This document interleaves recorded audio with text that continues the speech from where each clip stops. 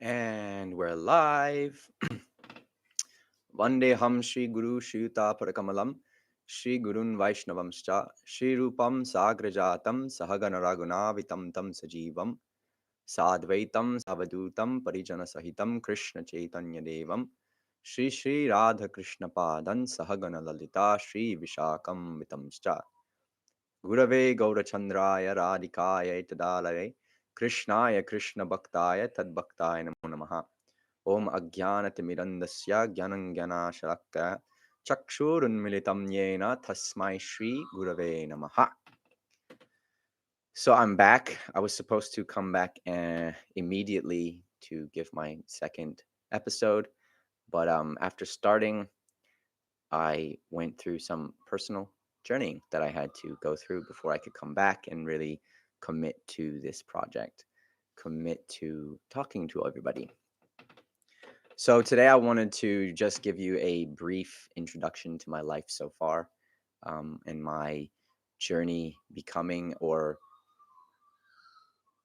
actualizing myself through the Vaishnava process, growing up in the Hare Krishna movement, and finding my own foot, you could say, in my own sadhana, in my own practice. So I was born in 1988. I'm 33 years old. I was born in LA. My father and mother were Hare Krishnas. I had 3 older siblings at the time, and now have 5 siblings, or 6 siblings if you count my half brother. We moved a lot. My father was a active preacher in the Hare Krishna movement through the 70s, and he developed skills in book distribution or selling literature in airports, and that made him travel a lot, finding places where he could do that, finding new crowds, finding new situations. So from 0 to 11, I moved considerably. We started in LA, and then we moved to Hawaii, then Mississippi, then North Carolina. We were back in Mississippi again before going on a long trip through America over the summer. Over several summers, we were traveling around America. By the time I was 10, I had seen 47 states. At 11, we moved to India. At 11, we moved to India, and that's where I was introduced to the, you could say, real Vaishnava practice, or real Vaishnav culture. I started off going to a boarding school, a boarding gurukul, which I didn't do very well at. I got sick. I got amoebic dysentery. I was moderately neglected. I lost 20 something kgs at 11 years old, so it was pretty hard on my body. My mother removed me from that school and put me in like a day, just like a normal day co-ed school, whereas before I was in more of like a brahmachari, boys only boarding school in a place called Mayapur, which is in West Bengal, India. It was there that I was introduced to the recitation of mantras. We call this parayana, where you sit and you recite long, sometimes they're stories, sometimes they're old hymns from the Vedas, like the Purusha Sukta or Sri Sukta. Also, mantras in general as therapeutic tools became exposed to Vedic culture and Agamic culture or Tantric culture, which is a very, very deep and vast body of knowledge. Actually, I think India is the best kept secret in the modern world. It's actually, as far as I can understand, it's actually the bedrock of civilization. It's the source of knowledge in this world. We explain, or we understand, that the river Ganga is actually that descent of knowledge into this world. And if you really pay attention to where some of the most deep arts and sciences were developed, it was on the banks of the river Ganga. It's where all the stories, all the Puranas, all the various aspects of knowledge were cultivated. So, when in the West, people were in the Dark Ages barely bathing, really not, like the average person, really not knowing much. if you go to India at that same time, it was a cultural hub of knowledge and sciences and arts and theology and philosophy and understanding of mind, understanding of body, understanding of spirit. It's an ancient shamanic tradition as well. So there is very, very, it's just a vast, vast body of knowledge and, everything human society really needs throughout time, throughout history. So I was in this place in India from 2001 to constantly till 2006, and then I was going back and forth between America, and I met my wife there, Shamalika, in, what was it, 2007. I met my wife there in 2007. So what I really kind of want to give a sense of is growing up rather in an unstable environment, moving too much, not really having a stable education. I was homeschooled part of the time. I was in school sometimes. Um, my parents they did their best, but there was a high level of stress at home. There was a high level of difficulty in our life growing up, where there was six of us kids in the family. So you could imagine there was not ample attention to go around for each person. When I hit my teens, I was essentially traumatized by my environment and by some of the, you could say, misrepresented ideas of Sanatana Dharma or of Vaishnava Dharma or of yoga culture. There's a lot of anti-life or life negativism. There's a lot of, you could say, anti-women ideas that people enforce or enforced throughout my upbringing. There was a lot of taboos around sex or relationships.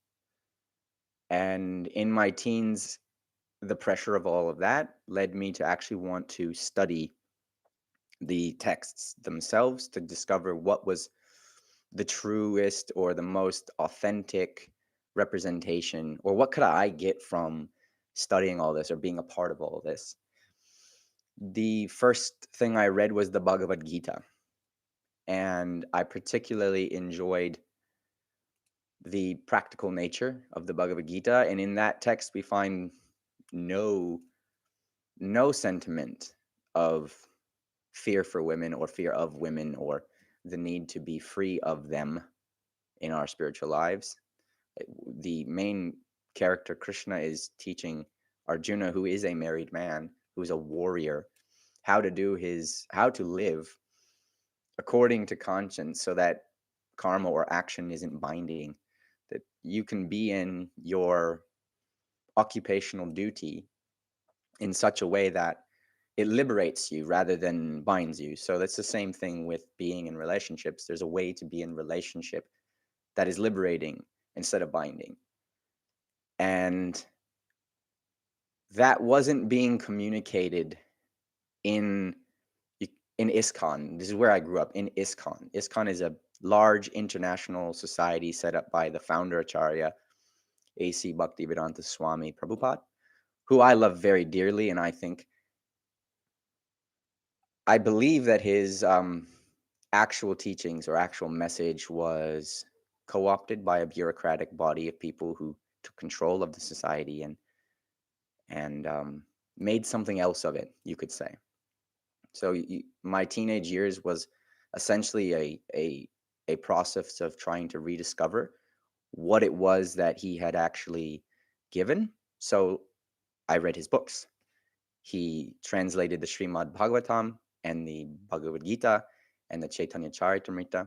He also wrote several smaller books, and there were several books that were essentially conversations. So Science of Self-Realization is a great book That is various interviews or conversations that he has on various spiritual subject matters. Along with studying, I began to try things because for example, Srimad Bhagavatam has several sections on Ashtanga Yoga, because Ashtanga Yoga is the practical means by which one can navigate the Sankhya, or the metaphysics of reality.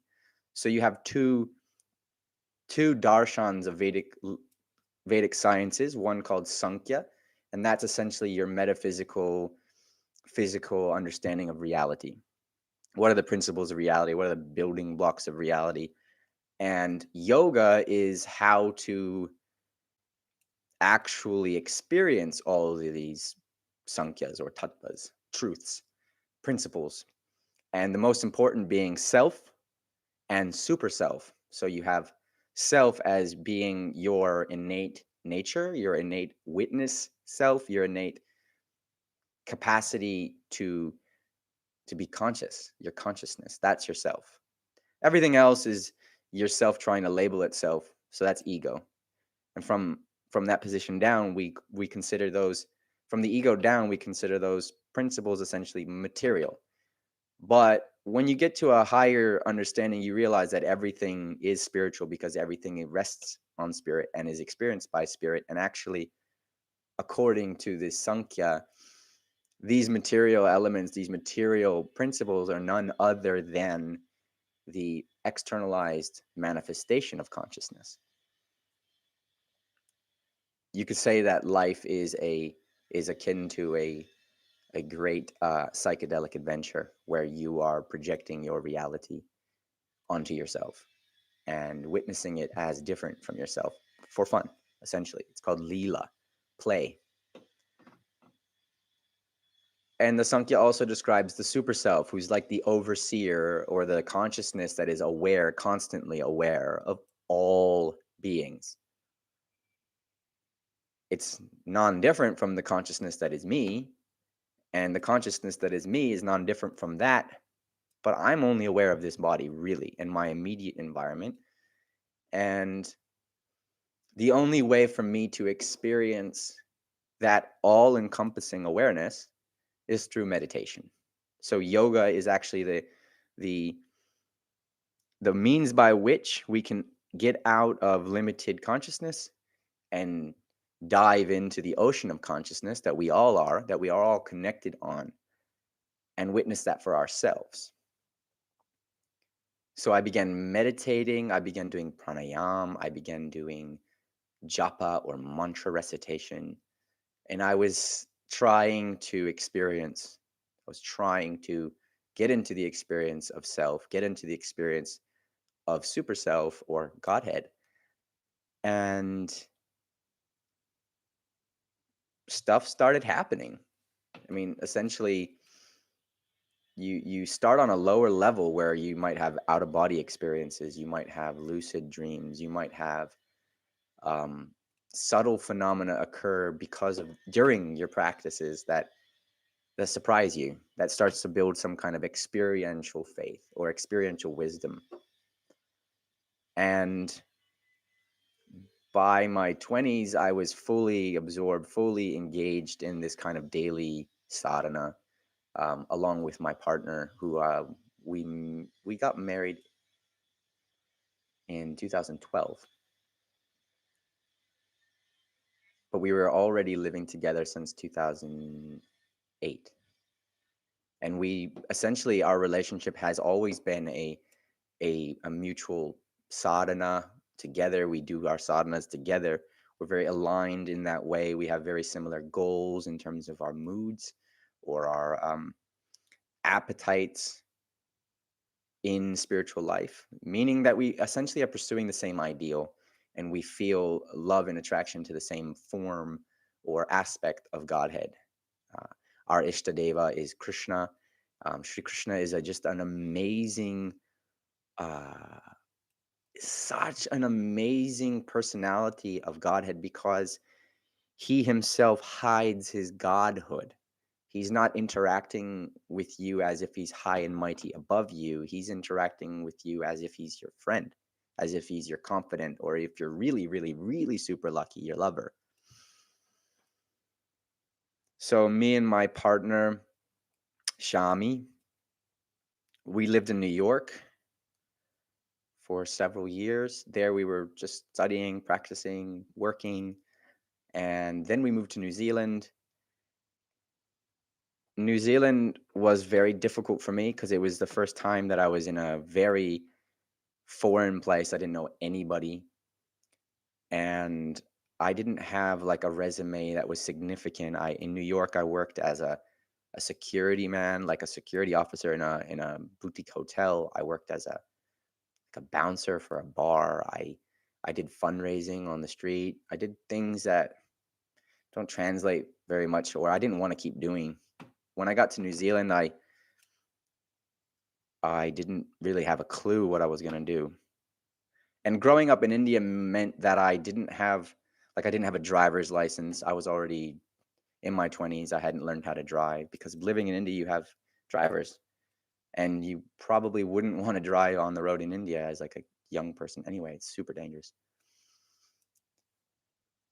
I started working as a like laborer, and I really hated that. Had to get up early, had to work all day, like really long hours, and just around people that I didn't connect with, I didn't feel kinship with.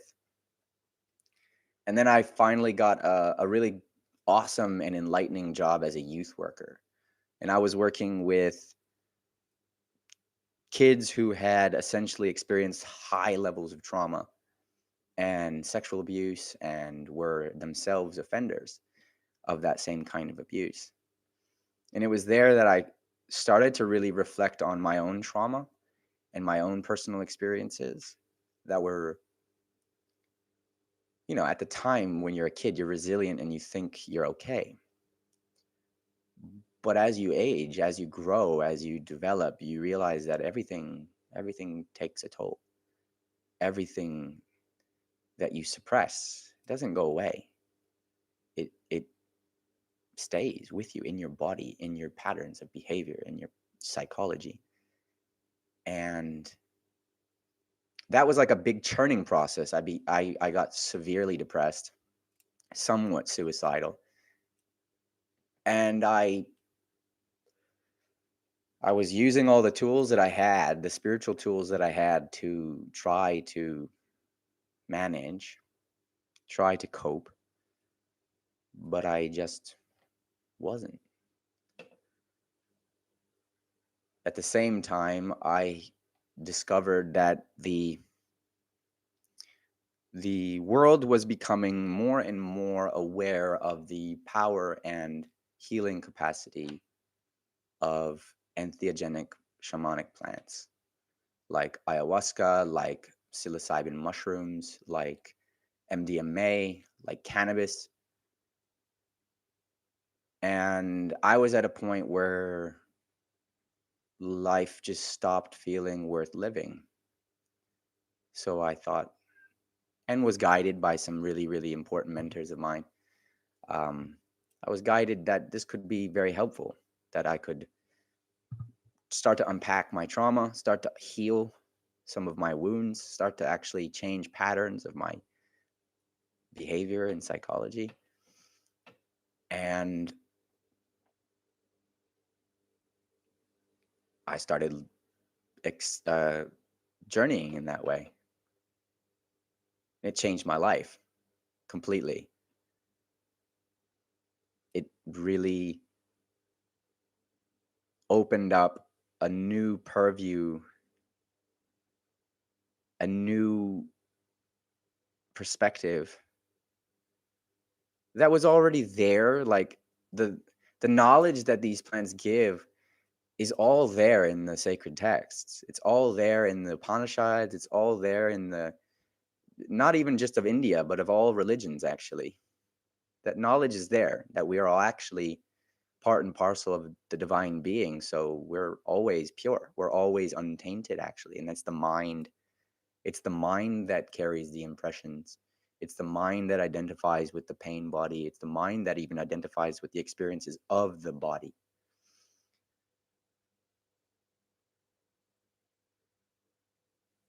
And I intentionally began journeying more deeply. And it wasn't till several ceremonies that I had participated in that I finally found a state that I was really profoundly impacted by. Some of my more deeper, like, existential problems or problems of faith were solved in a way that was very, very profound. Having an experience of self in a state of samadhi, whether it's induced through meditation and breathing, which I found difficult to get to just through endogenous means, but I found that I was able to arrive there by the grace of Somadev, or the psilocybin mushroom, Soma. Soma is a mystery of Vedic culture that has been concealed or deliberately or indeliberately masked to keep high knowledge out of the wrong hands. But it's a very, very, very important thing to understand, that it's also not just one plant, but a a family of plants that all carry the dimethyltryptamine, that kind of the DMT, or psilocybin is similar to DMT in its molecular structure. Um, it's just available to us in the form of the mushroom because on its own, our body will break it down very, very quickly and we won't experience anything. So the mushroom actually is just like a very, very easily available form of soma. And ayahuasca is a form of soma. And there are quite a few other plants that are in the family of soma that give or have the potential to give a sincere seeker the experience of samadhi and the various levels of samadhi. It's not that it's giving it to you, but it's showing you how you already have it, or how you can access it. It's removing the veil for you so that you can see, and then it's trying to help you get there or stabilize in that reality. uh, One who understands the expanse of Brahman through experience and moves around in that expanse of spirit, which is everywhere, which is everything, that person is called a brahmana in Vedic culture. And there's varieties of brahmanas, and there's levels of brahmanas. And one who actually witnesses the self, that one is called a yogi. It's not like you do your asanas every day, or you do stretches, or you do some breathing, and that's what a yogi means. A yogi is one who's actually made the link. He's actually connected. They actually have connected to that truth through samadhi, through the process of yoga, and the experience is its own authority. There are many, many, many, many people now talking about this subject matter and the healing that it can provide, and the nourishment and knowledge and beauty, actually, that nature, Mother Nature herself, can provide human beings. But unfortunately, in my own society, these things are really, really frowned on. Even though it's a part of Vedic culture, even though it's a part of yogic, shamanic process. It was mentioned by Patanjali, Aushadhi, that the quote is that there are many processes by which one arrives at siddhi. He lists mantras, devotion to God, austerities, breathing practices, and herbs. So in the alchemical traditions of India, You have the Siddhars of South India, and you have the yogis and Naths. And then in Tibet, you have the various lamas, and the yoga tradition, really in its purest form today, you will find in the caves of the Himalayas in Tibet. Yogacara itself was, brought into our reality by the personality known as Swayambhunath. It's an incarnation of Shiva, Padmasambhava. You know anything about Tibetan Buddhism and Vajrayana, you'll know this name, Padmasambhava. And he systematically taught the yoga tantras. And later on, Nagarjuna also, he formulated the actual institution of yoga that became, then later on, you find the Navnaths, starting by Matsyendranath, Goraknath, Kampatanath, and these people spread yoga throughout. The real yoga. Real yoga means samadhi. Real yoga doesn't mean yama niyama. In the later stages, the Jiva Mukta gives relatively less importance to yama niyama and far more importance on wisdom and skillful means and purification or transmutation and stabilizing the realization so that you continually refine and realize more and more aspects of the divine, more and more aspects of yourself. It's not a static thing that you reach the end and that's it. It's never end. This is reality is going on and on and on and on. And a yogi wants to be constantly with reality, constantly in the flow of reality. So there's always newer and newer and newer and newer aspects. We have a name for Krishna that's Nava Yovana, meaning that he is always youthful or ever fresh. So the experience of samadhi, no matter how many times one has gone to the shore, is ever fresh. So I experienced the value of these plants, and I became very enthusiastic and very, very I wanted to share that with people. I wanted to help people understand. I wanted peers that I knew were also experiencing some of the traumas that I had gone through, some of the negative aspects of growing up in ISKCON, growing up a Hare Krishna. A lot of my friends were abused. A lot of the older generation were sexually abused. I mean, ISKCON filed a bankruptcy for a lawsuit in child abuse in 1996 or 7, I think, actually. And the stain of that is still there. That culture of concealing to create some kind of reputation. They want to make it seem like they're a really good institution without actually being a really good institution by dint of being transparent, having good ethical, moral frameworks, how to deal with problems that arise, how to deal with people who offend, how to, how to compassionately care for one another. Instead, it's kind of like this massive bureaucracy. There's a lot of money, there's a lot of property, there's a lot of power, there's a lot of control. Being a disciple can mean for many people simply carrying out someone's order and fulfilling someone else's dreams and never really tending to oneself. It's a lot of compromise that goes on on the level of the self or our individual needs.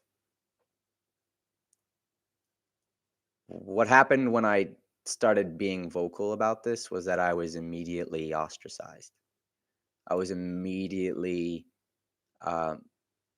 you could say shamed. I was judged. I was looked at. I am actually still to this day in my community seen in a somewhat negative light, as a drug user, as a person who is weak, as a person who is corrupted or deviated from the quote unquote standard of ISKCON, because Bhaktivedanta Swami taught that there were 4 regulative principles of spiritual life that were very important, and one of them was non-intoxication. Buddha also taught this. My teacher, however, my personal mentor, really explained to me how there's a vast difference between the varieties of substances that one could use, and that some of them couldn't really be classified as intoxicants because they have a vastly different effect. There are mind medicines. There are things that actually help shift perspective so that we can heal. We need to heal trauma. If you're a person who wants to have children, we need to like deal with our own childhood baggage before we actually going to just put that on our kids. So I started this channel because I want to share my insights in spiritual life for anybody out there who is discontent or suffering, even though they're given a set of tools and a framework to believe and a mentor to follow and all these things. But maybe that's not enough. Maybe you're deeply traumatized and you want to seek out something that would help you, but now you're stuck because you believe that you can't. You believe that the medicine itself is bad, that nature cannot provide anything to you that would be beneficial because nature is Maya or illusory. And I want to help dispel that myth. I want to share that no matter who you are, no matter what you've been through, it is possible. It is possible to connect to yourself, to find your actual, real, genuine self beyond any egoic limitation. That God is real, that there's a way to connect and feel the love that is actually underneath and moving everyone. That bhakti is a sweet, blissful process. It's not a guilt trip. You know, it's not supposed to be experienced as a guilt trip. And I thank my mentors for breaking the mold, for breaking me out of this mold to see, to actually see, rather than believe what someone else is telling me, but to actually have a means by which I can see and learn and grow and heal. I now live in Australia. I'm in New South Wales. It's a beautiful place. It's a wonderful place. I surf. I do my sadhana. I do my practices. I'm in a wonderful relationship. We want to have kids as soon as possible. We've been together for 15 years, almost 14 years. We'd like to have kids. So we're in that process of trying and hoping and praying. But I really want to communicate to whoever's listening that if you are interested in exploring yourself, don't let dogmas be the limiting factor. Don't let other people's beliefs be the limiting factor. Seek out truth and you'll find it. Maybe that won't be through a psychedelic. Maybe that will be through something else. But you should know that you're entitled to do whatever it takes without harming others, without harming yourself, to get there. And real religion, real spirituality is based on experience. It's not based on other people's ideas of it. And the beautiful thing will be that no matter what religion you're from, no matter what framework you're used to, when you get your darshan or your vision or your realization, your stuff will make a lot more sense. Your philosophy, your belief system will transform into a really coherent framework to understand your experience. And then you can ground and you can bring that experience into your day-to-day life and experience a more wholesome and fulfilling and peaceful and loving life. And that is really what bhakti is about. And that is really what our teachers, our mentors, our gurus were really trying to help us with. How to actually get out of samsara, which is only in the mind. Your samsara, your endless cycle of rebirth, is only in the mind. So,